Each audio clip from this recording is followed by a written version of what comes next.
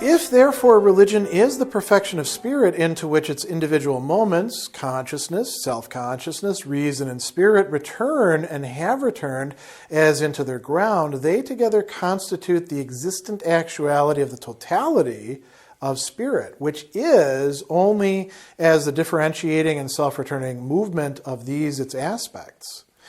The genesis of religion in general is contained in the movement of the universal moments, but since each of these attributes was exhibited not merely as it determines itself in general, but as it is in and for itself, that is, as it runs its course as a totality within itself, therefore what has come to be is not merely the genesis of religion in general.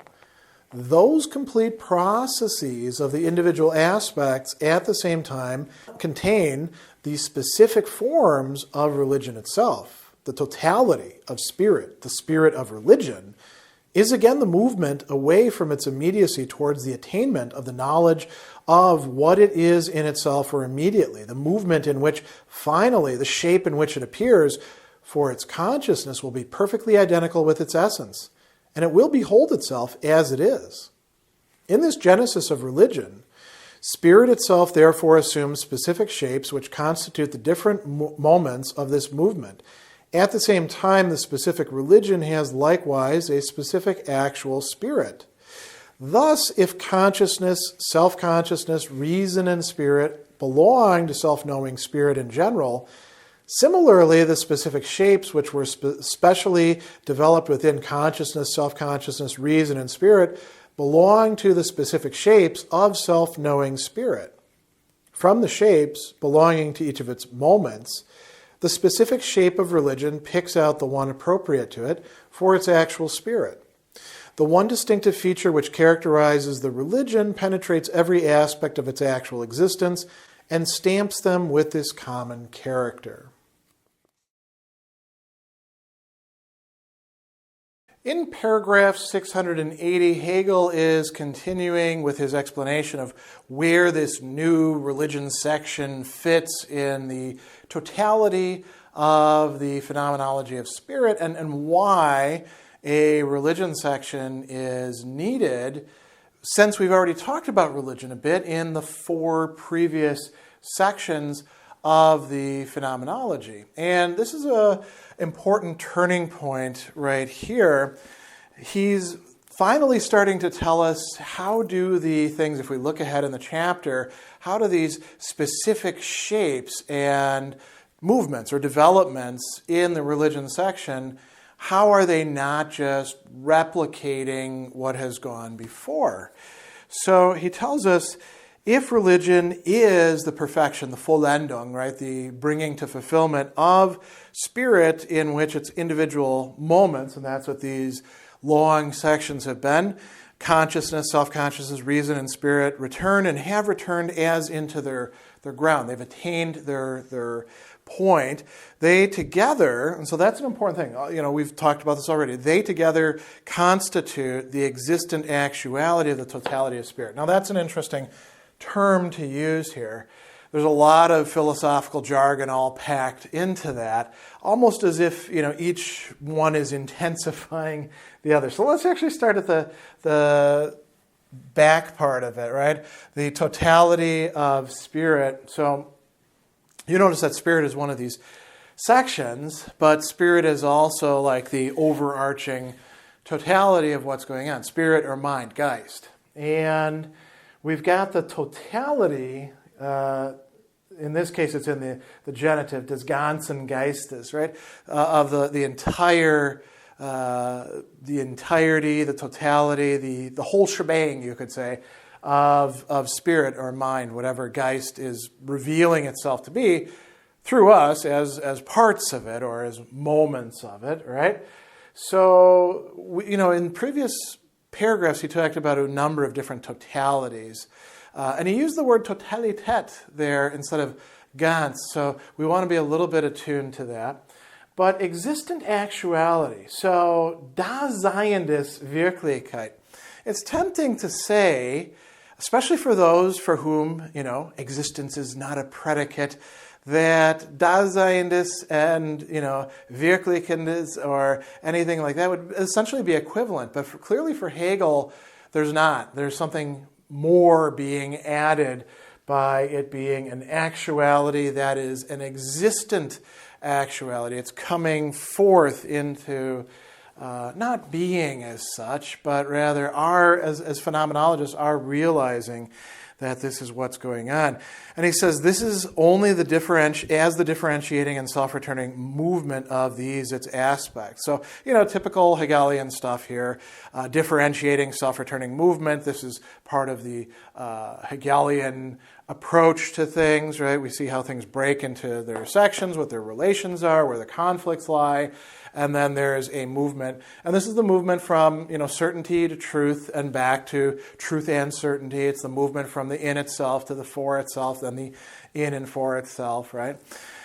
So he goes on and he says, the genesis of religion in general. And I'm not super happy with translating werden, the werden des Religion, as Genesis. I guess, when we think of Genesis, in the classic sense, it means the coming to be. Okay, so that is, in its Greek terminology, basically the same thing as werden in this case.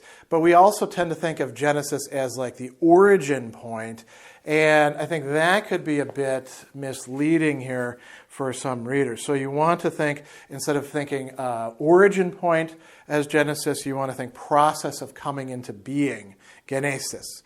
So he says that the genesis of religion in general is contained in the movement of the universal moments. And what's that's this stuff that's been happening already. But since each of these attributes was exhibited not merely as it determines itself in general, but as it is in and for itself, and so how is he explaining that? As it runs its course as a totality within itself. So each of these has been a totality. Spirit was a totality, the section spirit. Reason was as well. Self-consciousness, consciousness, each of them has been this totalizing movement where spirit is getting to know itself better in the process. And they're not, linked like, first spirit goes through consciousness and only then does it arrive at self-consciousness and only then does it arrive at reason. It's not quite so neat and clear as that. So he says, as it runs its course as a totality within itself, therefore, what has come to be is not merely the genesis of religion in general, überhaupt.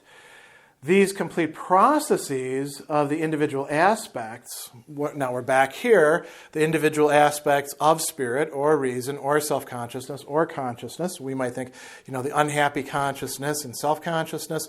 We might think of, it depends on how you want to look at force and the understanding. There could be a little bit of religious stuff going on in there. There might even be some religious stuff going on in reason, even though Hegel said it wasn't. And there's definitely religious stuff going on in spirit. These are specific forms of religion itself, or at least we've seen prefigurations of them in the specific shapes that are going on within these developments. So he goes on and he says the totality of spirit, the spirit of religion, is again the movement away from immediacy towards knowledge of what it is in itself or immediately, the movement in which, finally, the shape, gestalt, in which it appears for consciousness, will be perfectly identical with its essence and it will behold itself as it is. Is that actually going to happen in religion? Yes, in a way, in the end, in the revealed religion. It's really going to happen in absolute knowing. And you could say that since the preface is essentially written later to correspond with absolute knowing, what's going on in the preface kind of fits into that as well. So what's really important here, though, is he says, here we go, in this genesis of religion, spirit assumes specific shapes, which constitute the different moments of this movement. So that's why we have a section here. That's why we're going to be moving very shortly to the first main section, natural religion, and then we're going to have God as light, and then we're going to have plant and animal, then we're going to have the artificer. Each of those is a gestalt. Each of those is a specific, besondere shape. A determinate shape is another way we can translate it. So religion itself is going to have new shapes that haven't been talked about, but could be connected with things back here. And he goes on and he says, at the same time, the specific religion, so when you see the specific religion, think specific shape, right, is a specific actual, has likewise a specific actual spirit. So when we're thinking about the religion of light, where he's talking about, for example, Zoroastrianism, all right, that's a specific shape.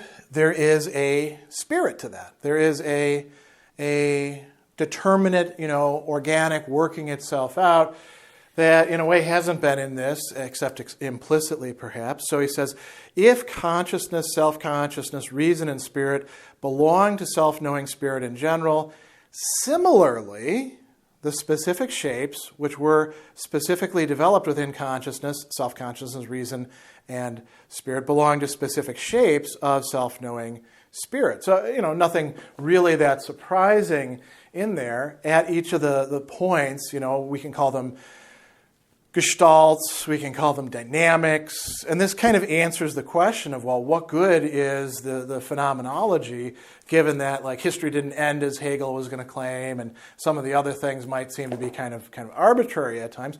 Well, each of them is a shape and a way in which spirit is actual within the world. So it's worth studying them. And, this is a bit of a side note, but here Hegel's also, in a way, addressing the question of, well, why should we do comparative religion?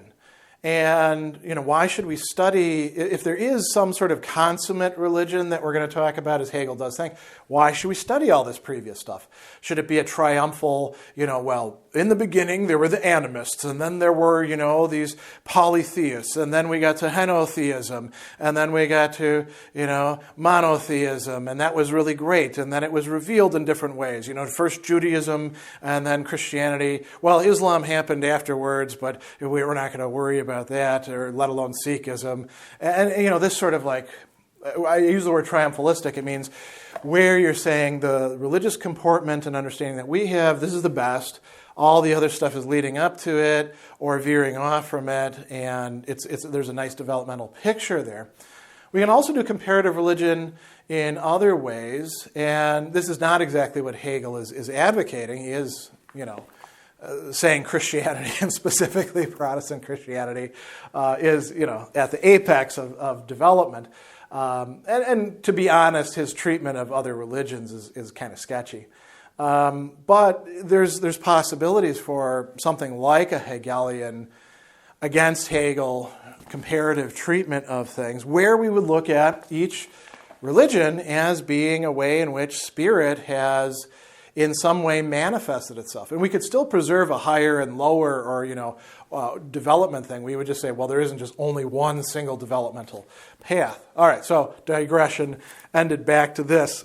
So he says, from the shapes belonging to each of its moments, the specific shape of religion picks out the one appropriate to it for its actual spirit. The one distinctive feature which characterizes the religion penetrates every aspect of its actual existence and stamps them with this common character. So what we've seen in all of these dialectical developments, let's think about what was going on, for example, in reason, right? When the spirit was trying to think of ethical life and the Sache selbst, the whatever we want to translate that as, not just the thing in itself, but the project, what am I as a human being? And it went into, the law of the heart and frenzy of self-conceit.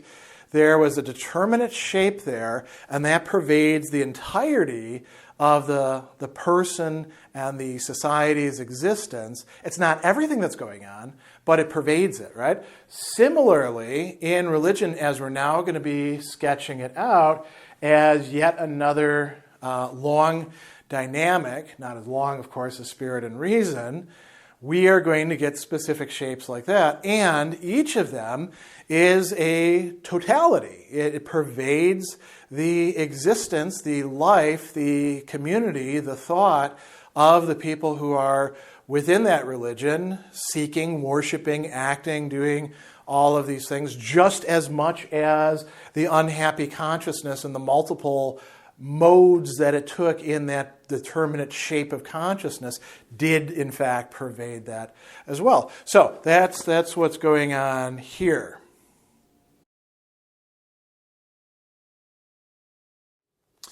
In this way, the arrangement of the shapes which have hitherto appeared differs from the way they have appeared in their own order. On this point, we shall observe briefly at the start what is necessary. In the series we considered, each moment, exploring its own depths, formed itself into a totality within its own peculiar principle, and cognition was the depth or the spirit wherein the moments, which have no other subsistence of their own, possessed their substance. But this substance is now manifest. It is the depth of spirit that is certain of itself, which does not allow the principle of each individual moment to become isolated and to make itself a totality within itself. On the contrary, gathering and holding together all these moments within itself, it advances within this total wealth of its actual spirit, and all its particular moments take and receive in common into themselves the like determinateness of the whole. This self-certain spirit and its movement is their true actuality and the being in and for itself, which belongs to each moment. Thus, while the previous single series in its advance marked the retrogressive steps in it by nodes, but continued itself again from them in a single line, it is now, as it were, broken at those nodes, at these individual moments, and falls apart into many lines, which gathered up into a single bundle, at the same time combined symmetrically, so that the similar differences in which each particular moment took shape within itself meet together. However, it is self-evident from the whole exposition how this coordination of the general directions here represented is to be understood, so that it is superfluous to remark that these differences are to be grasped essentially only as moments of the development, not as parts. In actual spirit, they are attributes of its substance, but in religion, on the other hand, they are only predicates of the subject. Similarly, all forms in general are certainly in themselves or for us contained in spirit and in each spirit, but as regards spirit's actuality, the main point is solely which determinateness is explicit for it in its consciousness, in which determinateness it has expressed itself, or in which shape it knows its essence. Paragraph 681 is continuing this discussion of religion's relation to the previous series, sequences, whatever we want to call them, in which spirit was developing itself. And we notice that there's an interplay here between how things appeared to us as the phenomenologists going through all the previous material in a section or in a succession, and how it's supposed to be for us at this point as the phenomenologist of spirit. And so you notice that there's a lot of interesting language going on in here that we'll bring to light. And you could say an overarching metaphor that's being sketched out. So he says, in this way, the arrangement of the shapes, the Gestalten, right, which have hitherto appeared, differs from the way they appeared in their own order, and the succession is leading us to this series, Reihe idea, which could be translated also as like row. There's a linear function to it that he's going to mention in just a bit. And so he says, on this point, we shall observe briefly at the start what is necessary. In the series, we considered each moment exploring its own depths. Okay, so now we're getting to what's happening. We have a series, and there is a shape or moment, the same thing, right?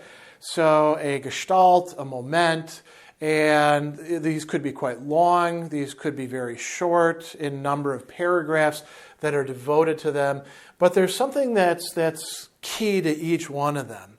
They're not just little introductory paragraphs. There's something that takes determinate form and develops itself and isn't just a matter of, like a concept reproducing itself.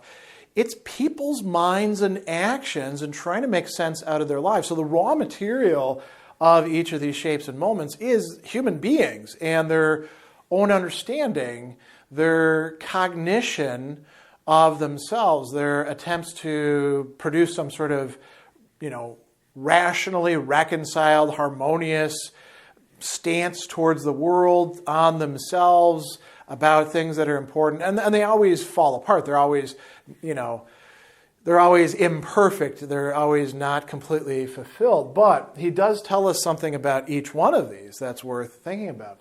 So he talks about a totality, a ganz, right? He says, each moment, exploring its own depths, formed itself into a totality.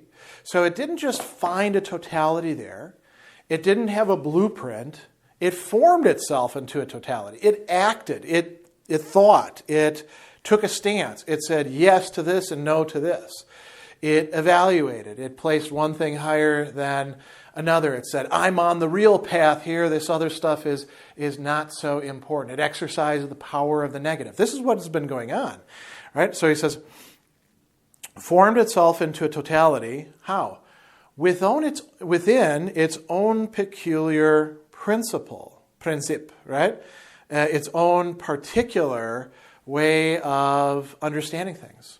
And this is very much the way that Hegel treats the development of philosophy, the development of history. If you look at his lectures on these sorts of things, this goes all the way through later on to social and political discussions and lectures on the philosophy of religion as well. So he tells us cognition, erkennen, was the depth or the spirit wherein the moments which have no other subsistence of their own possess their substance. So erkennen, which is going to be exercising the mind. We'll just keep it very broad here, is cognition. That's going on here, and that's happening even in things that seem to be very superficial or completely action-oriented. There is some thinking. And that is going to lead us to the depths, the genuine depths of something else. So he tells us that, here we go,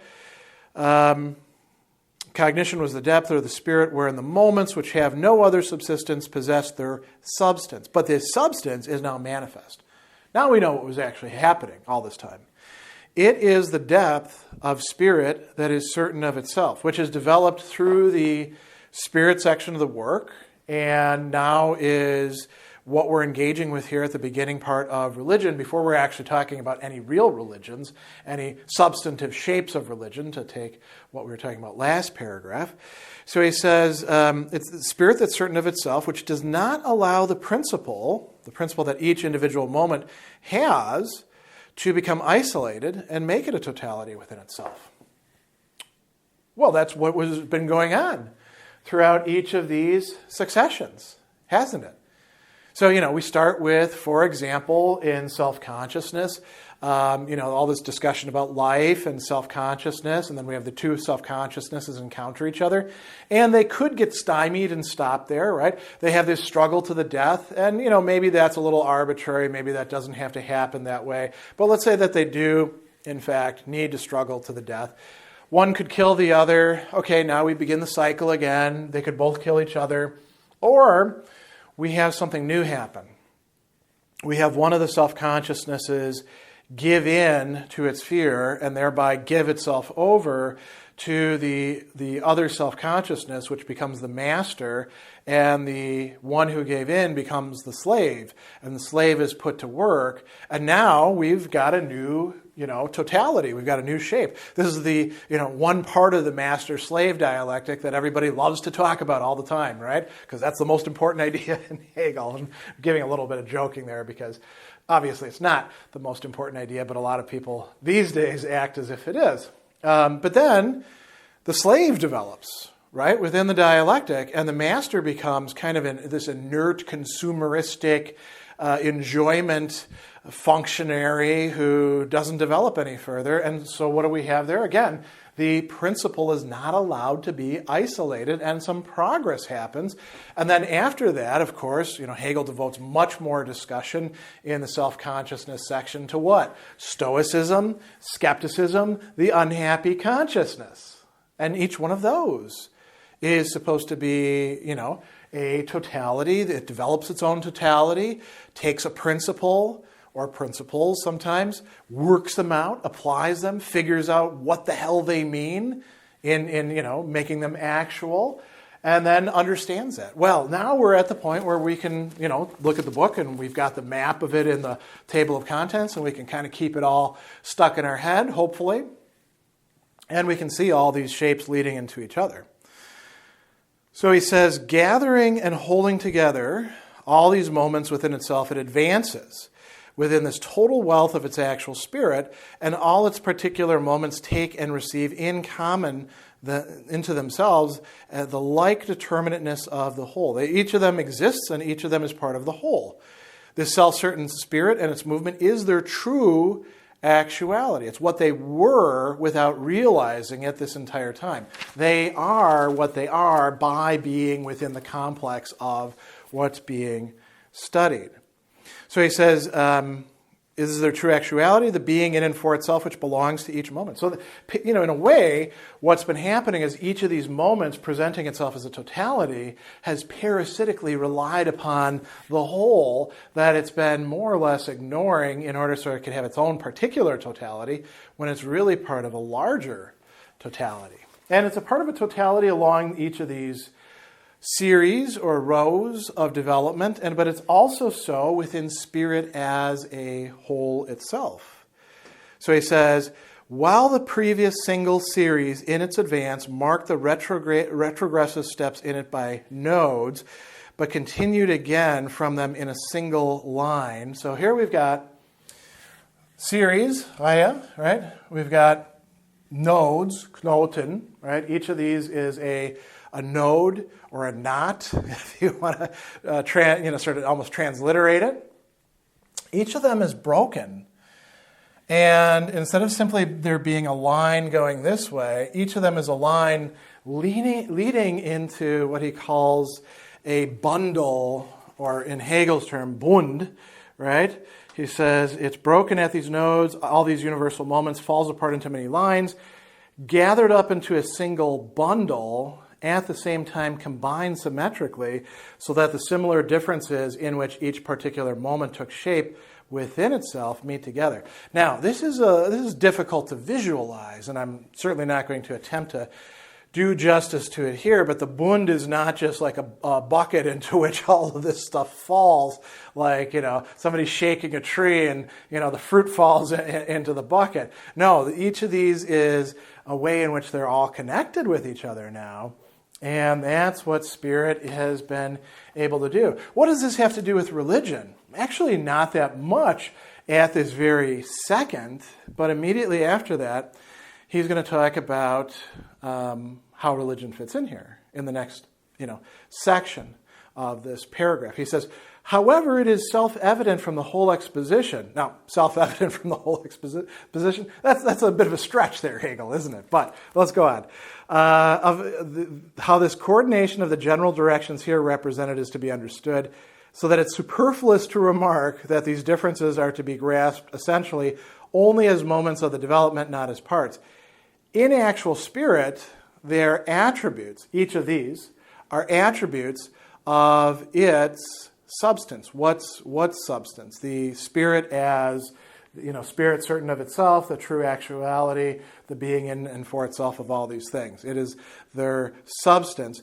But in religion, and now what we mean here is in religion, at the point where we're beginning our study of religion, not at the end point of religion, not the product, the final state of religion, but religion where we are, it is a subject. Now, what kind of subject? Is it an acting subject? Is it like subjectivity? No. Subject in relation to predicate meaning it is what we're talking about, and we're predicating, we're saying things about something. What is that something? The divine, God, Spirit, this conglomeration here of the most important stuff, the totality of everything. And so he says, in religion, they are only predicates of the subject. Similarly, all forms in general are certainly in themselves or for us contained in spirit. As regards spirit's actuality, the main point is solely which determinateness is explicit for it in its consciousness, in which determinateness it has expressed itself, or in which shape it knows its essence. So what we're going to have here is, within religion, things like this. Each shape we're going to have to look at one at a time. We're not going to just engage in some big picture generalization about religion. We need to look at religions and how each of them understands the holy, the divine, the eternal, whatever we're going to call it, the essential, the victicus, wesentliches, right? And how the person is oriented towards that. So there's going to be a lot of different conceptions of essentially God or the divine coming in here, being developed in this way. And that's why we're going to now have another linear progression going through the religion section.